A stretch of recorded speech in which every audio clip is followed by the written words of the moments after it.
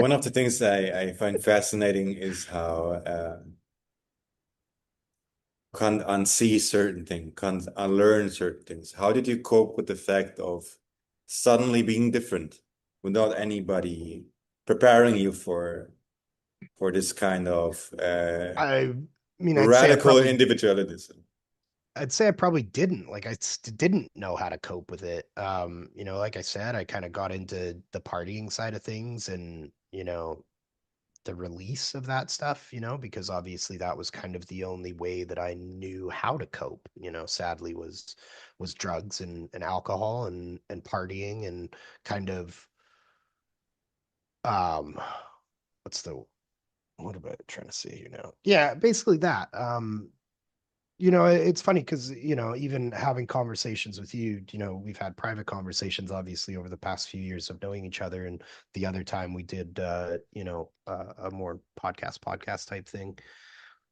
I really haven't learned how to do that until recently, because I was there was no time for that, and that's why as well, it's tough for any actor or actress in life as usual, just because our industry is one of constant rejection. Like you're constant you audition for 10,000 things and you might book one thing, but you're rejected 9,999 times basically before you get one.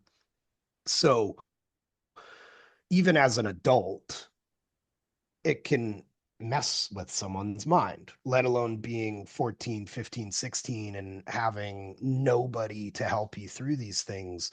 You kind of fall into a bit of like, self-hate and everything, because that's more or less what you're programmed to do. You're programmed to look at yourself and be like, well, what did I do wrong? What's wrong with me? Why didn't they pick me?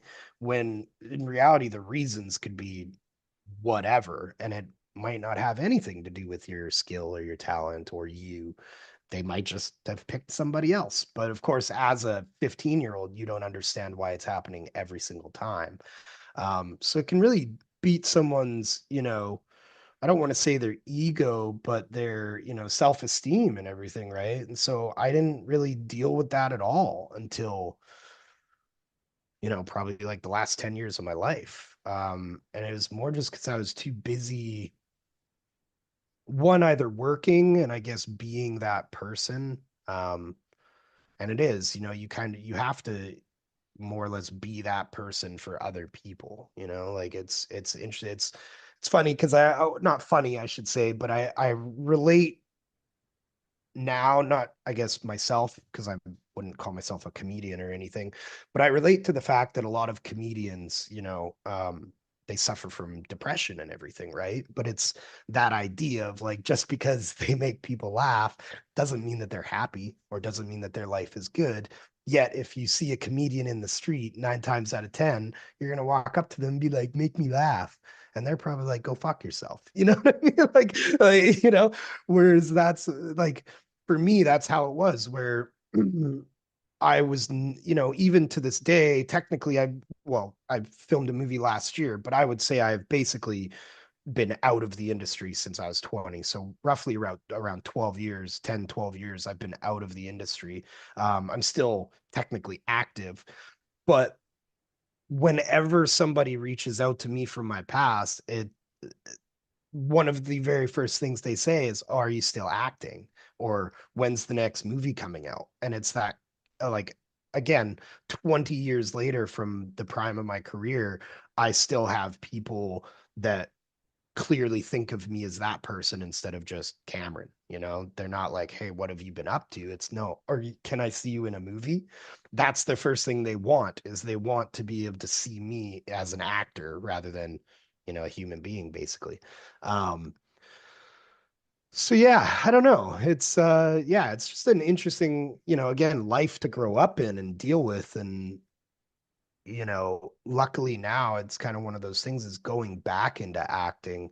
I feel like my skills and my talent are going to grow kind of exponentially. And it's basically just because I've actually lived life now, a lot of, you know, I mean, of course, there's many different styles of acting, I would say, but 95% of acting is just being able to relate to the situation or the character that you're living. So, or you're portraying, I should say. So it comes with just life experience. And when I was a kid, I didn't have any of that. I was living the experience rather than had lived it. Where now I've kind of been there, done that. I've had money, I've been broke, I've been poor, I've been famous, I've been not so famous, I've been, kind of everywhere as far as society would say, next to basically like going to prison and stuff. I've kind of been there, done that with everything in 30 years of life. So yeah, it's at the end of the day, it's just kind of being able to look back and learn from it, I guess, and grow from it, right? And take the bad with the good and learn that, I find that, you know, most of I think we just talked about this just a few days ago as I'm kind of going through a new chapter in life as well. Personally, that you know, the bad times are almost some of the best times because Yeah. that's normally where you're Yeah. growing up and you're learning, right? And you're self-reflecting is when everything in your life kind of falls apart. So yeah, I'm just glad that I've been tested before, and so hopefully I'm more equipped to deal with it this next time around, basically. Sigmund Freud once said that the struggle will retrospectively strike you as the most beautiful chapters of your life. And it's, Sorry, and two things one of seconds. the, I think yeah, no I problem. think my dog just wants to go outside. I'm just gonna let them out. Come on, let's go outside. Come on, let's go outside. Go.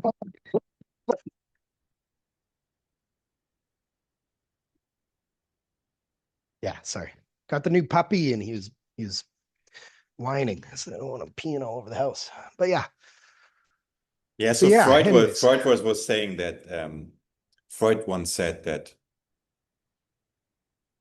the times of struggle will retrospectively strike us as the most beautiful ones in a way. And I think our society isn't doing a proper job at, I think, reminding people who are going through tough times to also remind them that these are initiation moments. I think that's what we spoke about lately in a way where I think at least for a man, it also is helpful to go through stuff that you've survived. And I think our modern generation doesn't even integrate for that. And like when my father comes from Yeah, an old village, for instance, where scars would be celebrated as somebody who survived a battle, yeah, and people were yeah, not looked as ugly just because they were imperfect. And in their culture, they even put some sand into the scars to make sure that they stay. And that's something I feel kind of interesting. Um, mhm, Back to the first chapter of your life, though. You've met an extraordinary cohort of people. And when I think of you, it's like you had this circus of unicorns, I feel that you were traveling around the world with for chapters. What are some lessons you made from the other actors along the way that that hit you home where during this time it didn't even strike you maybe as special, but you many people just would ask like what was that like for you to yeah, be in a room with all these icons, so to say, even though it's a strange word yeah. to use. Yeah, no, no, I mean, and it wasn't really, and again, it's kind of one of those things where, sadly you kind of appreciate it after the fact, a lot of the times because, again, I was so young that really like I was just trying to, not mess up basically in front of the likes of, Robert De Niro and Nicole Kidman and so on. And I'm sure at the end of the day that I absorb stuff from them, and that's just by working side by side with them that I probably don't even realize. But I think probably one of the main things that I was just fortunate about is that really you kind of, we what's the word I'm looking for right now? Um we basically like we speak up these people so highly sometimes that, between tabloids and media and rumors and whatever, that like at the end of the day, I was very fortunate that most of the people that I met, even, the Robert De Niro's and stuff, like they were pretty just regular people, like, yeah, they're living this crazy life and everything.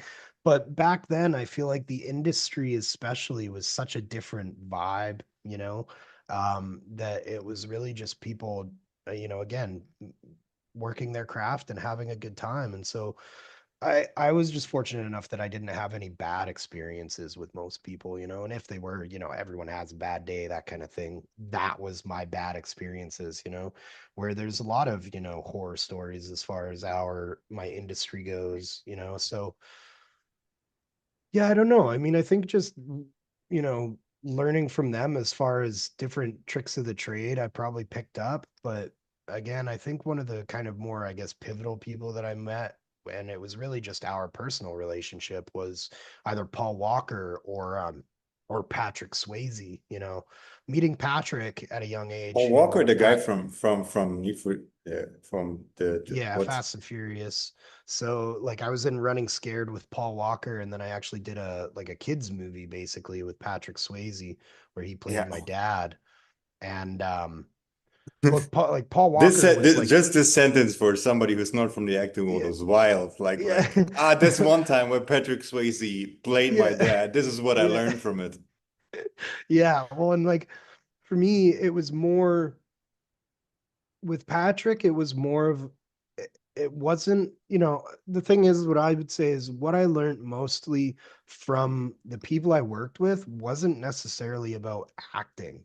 It was more about living life as an actor, and realizing that you can still, just be yourself, like you don't necessarily have to be that crazy person that everyone wants you to be, like Paul Walker was just like a big brother to me. He was just cool. He was just awesome. And then, I truly believe that he is someone that, again, I mean, obviously anyone who dies too early, it's too early, but I feel like he is someone who could have impacted the world so much greater than he was ever able to, just because his life was sadly cut short, um and Patrick Swayze was more of like a cautionary tale, like he was Really? such an amazing human being, like awesome guy, but he had deep, deep personal troubles. And it was again from him growing up in the life that he grew up in, like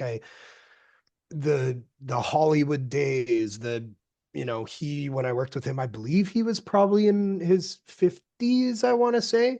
Um, and he had been in the industry since he was like, as far as I know, like in his teens, like 17, 18 kind of thing.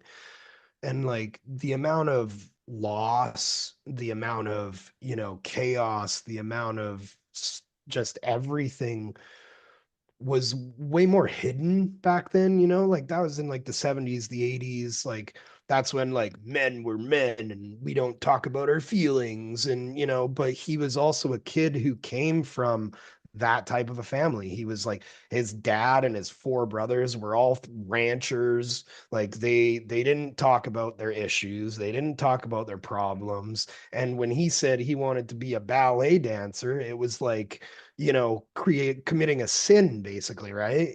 So he, but then he was he was in Dirty Dancing, and that's what made him famous, and it was something that even 40 years later he hid the fact that he enjoyed dancing because it wasn't a manly thing to do,